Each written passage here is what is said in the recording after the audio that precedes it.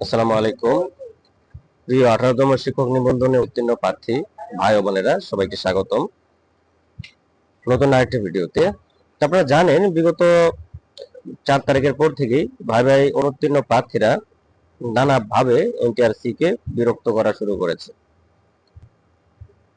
একটা পর্যায়ে যদি এনটিআরসি চাপের মুখে এই ভাইবা প্রার্থীদের যদি পাস দিয়ে দেয়, তাহলে কিন্তু এনটিআরসি তো প্রশ্নবিদ্ধ হবেই। এরপরে পরবর্তীতে যতগুলো সরকারি বেসরকারি স্বায়ত্তশাসিত প্রতিষ্ঠানে এরকম চাকরি বিজ্ঞপ্তিতে যারা ভাইবা ফেল করবে, তারাও কিন্তু সুযোগ পেয়ে যাবে, তারাও আন্দোলন করবে। এটা একেবারে মোটামুটি নিশ্চিত থাকেন।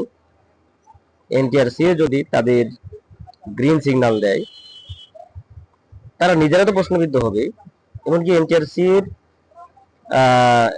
এই প্রশ্নবিদ্ধতা থেকেই এনটিআরসির বিলুপ্তিও হয়ে যেতে পারে, এনটিআরসি ধ্বংসপ্রাপ্ত হয়ে যেতে পারে।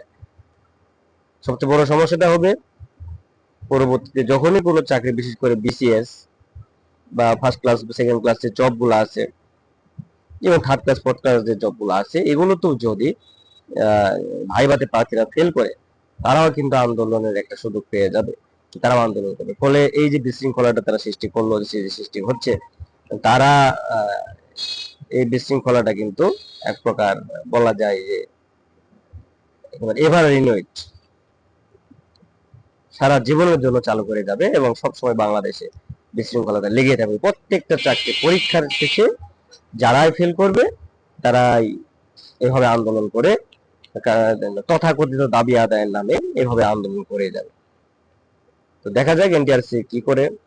এনটিআরসি এর সাথে সংশ্লিষ্ট এখানে অন্যান্য মন্ত্রণালয়, উপদেষ্টা পরিষদ যারা আছে, দেখি তারা তাদের ব্যাপারে কি সিদ্ধান্ত নেয়। আশা করি তারা এমন সিদ্ধান্ত নিবে না যেটা ভবিষ্যতে জাতিকে আরো সংকটের মধ্যে ফেলে দিবে।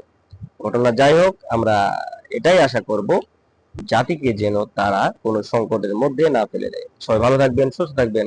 আল্লাহ হাফেজ।